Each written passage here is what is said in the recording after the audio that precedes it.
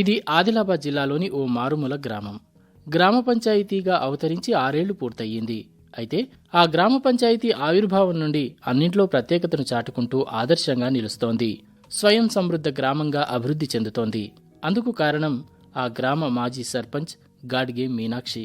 అభివృద్ధికి ఆమడ దూరంలో ఉన్న ఈ గ్రామాన్ని ఆమె గ్రామస్తుల తోడ్పాటుతో అభివృద్ధి వైపు పరుగులు పెట్టించారు. గ్రామ రూపురేఖలనే మార్చేశారు. ఇప్పటికే కేంద్ర రాష్ట్ర ప్రభుత్వ పథకాల అమలులో ఆదర్శంగా నిలిచి అనేక అవార్డులను సాధించిన ఘనత ఈ గ్రామానికే దక్కింది. జాతీయ స్థాయిలో ఖ్యాతిని పొందిన ఆ గ్రామం తాజాగా దేశంలోనే మొదటి డిజిటల్ ట్రీ ఆధార్ గ్రామంగా కూడా గుర్తింపును సొంతం చేసుకుంది.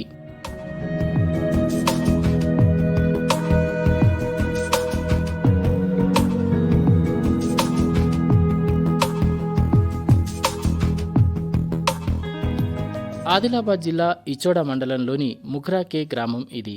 160 కుటుంబాలు నివాసముండే ఈ గ్రామ జనాభా 700 మంది.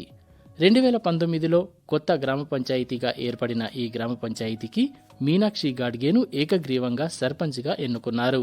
ఆమె పట్టుదల, కృషి, గ్రామాభివృద్ధి కమిటీ అధ్యక్షుడైన భర్త సుభాష్ గాడ్గే ప్రోత్సాహం, గ్రామస్తుల సహకారంతో గ్రామంలో ఎన్నో అద్భుతాలను సాధించారు మీనాక్షి గాడ్గే.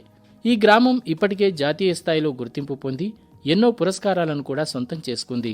రాష్ట్ర ప్రభుత్వం సమకూర్చిన ట్రాక్టర్ ద్వారా చెత్త సేకరించడం, తడి చెత్త పొడి చెత్తగా వేరు చేయడం, దానిని వర్మీ కంపోస్ట్ ఎరువుగా మార్చడం ద్వారా ఈ గ్రామ మాజీ సర్పంచ్ గాడ్గే మీనాక్షి విజయవంతమయ్యారు. 5 సంవత్సరాల సర్పంచ్ చేసిన అయితే ముందు ఒక చెట్టు కూడా లేకుండా ఈడ చూస్తే ఈడలాగా మా గ్రామం చూపెట్టేది.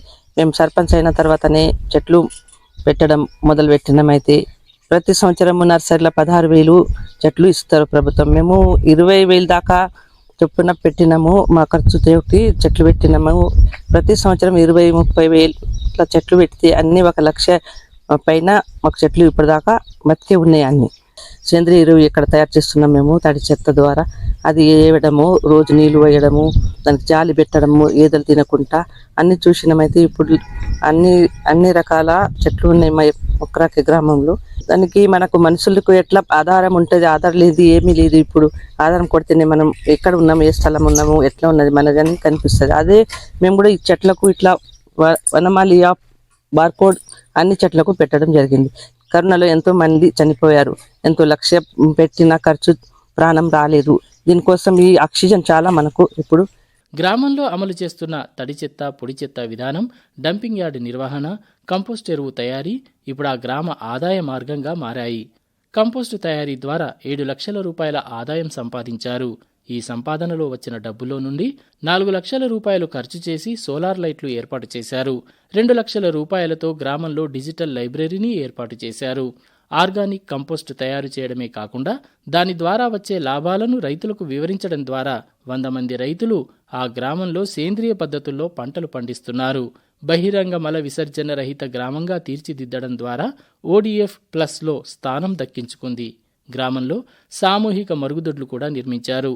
ఈ గ్రామానికి Swachh Survekshan award, Deen Dayal Upadhyaya Shaktikaran Puraskar, clean and green panchayat, Swachh Sujala Shakti Samman award, Gram Urja Swaraj Vishisht Panchayat Puraskar, digital cashless village అవార్డులు కూడా లభించాయి. గడిచిన 5 ఏళ్లలో బృహత్ పల్లె ప్రకృతి వనాల ద్వారా గ్రామంలో 105,424 మొక్కలను నాటారు. ప్రస్తుతం ఆ మొక్కలకు జియో ట్యాగింగ్, QR కోడ్ ఏర్పాటు చేశారు. ఎండాకాలం ఎంతో ఎండగొడుతున్నది. అయితే నీడ వస్తున్నది. నీడలకు గేదెలు కూర్చుంటారు. ఎక్కడన్నా మనం అలసిపోయే స్థితి కూడా కూర్చుంటాము. దీనికోసం ఈ చెట్లు అంటే చాలా ఉపయోగపడుతున్నది. అన్ని రకాల చెట్లకు మేము బార్కోడ్ పెట్టడం జరిగింది. ఇక్కడ దేశంలో ప్రతి పౌరునికి ఏ విధంగా అయితే ఆధార్ కార్డు ఉంటుందో అదే పద్ధతిలో మన వనలు ఏదైతే చెట్లు ఉన్నాయో చెట్లని కూడా అదే పద్ధతిలో వనమాలి యాప్ ద్వారా ఇట్లా యాప్ తయారు చేసి ప్రతి చెట్టుని ఇట్లా బార్కోడ్ నంబర్ ఇచ్చి ఎప్పుడు చెట్లు నాటినామో, ఏ స్టేజ్లో ఉన్నది చెట్టు ఎంత ఆక్సిజన్ ఇస్తున్నది, ఏ రకమైన చెట్టు ఉన్నది, దానికి ఏ ఫలాలు వస్తాయి.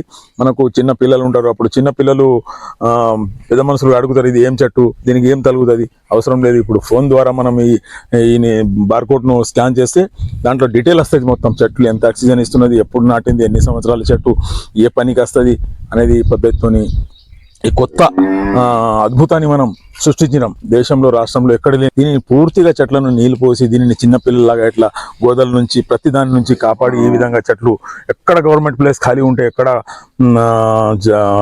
స్థలం ఉంటే అక్కడ ఆ స్థలాల్లో మనం చెట్లు నాటడం జరిగింది. పూర్తిగా కాపాడడం, పూర్తిగా గ్రీనరీ. 5 సంవత్సరాల క్రితం ఒక చెట్టు గ్రామంలో లేని గ్రామాన్ని స్థానిక సర్పంచ్ మీనాక్షి గారి ఆధ్వర్యంలో 1,00,000 పైచిలకు చెట్లు నాటడం, దానిని పూర్తిగా కాపాడడం. మరి ఈ విధంగా యాప్ తయారు చేసి ఈ యాప్ల ద్వారా మనకు పూర్తిగా ఏర్పడుతుంది. 15 నుంచి 20,000 నుంచి 10,000 నుంచి 20,000 ఒక గ్రామ పంచాయతీని బట్టి చెట్లు నర్సరీ ద్వారా తయారు చేస్తారు. మరి ప్రతి ఏటా చేసిన చెట్లు నాటుతున్నారు. మరి ఈ యాప్ చాలా పనికి వస్తుంది. ఈ చెట్టు ఒకవేళ చనిపోయినా కానీ మనం ఇంకొక చెట్టు ఇక్కడ నాటినా కానీ మనకు ఇదే లొకేషన్ వస్తుంది. ఇక్కడ చెట్టు ఉండే ఇదే మనకు ఆధార్ నంబర్ లాగా ఈ నంబర్ కూడా వస్తుంది. ఈ విధంగా ఏదైతే మేము యాప్ తయారు చేసినామో ఈ యాప్ గిట్ట దేశంలో మొత్తం రాష్ట్రంలో మొత్తం రాష్ట్ర ప్రభుత్వం కేంద్ర ప్రభుత్వం గిట్ట ఇంప్లిమెంట్ చేస్తే ప్రతి చెట్టును మనం కాపాడి దేశం రాష్ట్రం మొత్తం గ్రీనరీ వస్తుంది.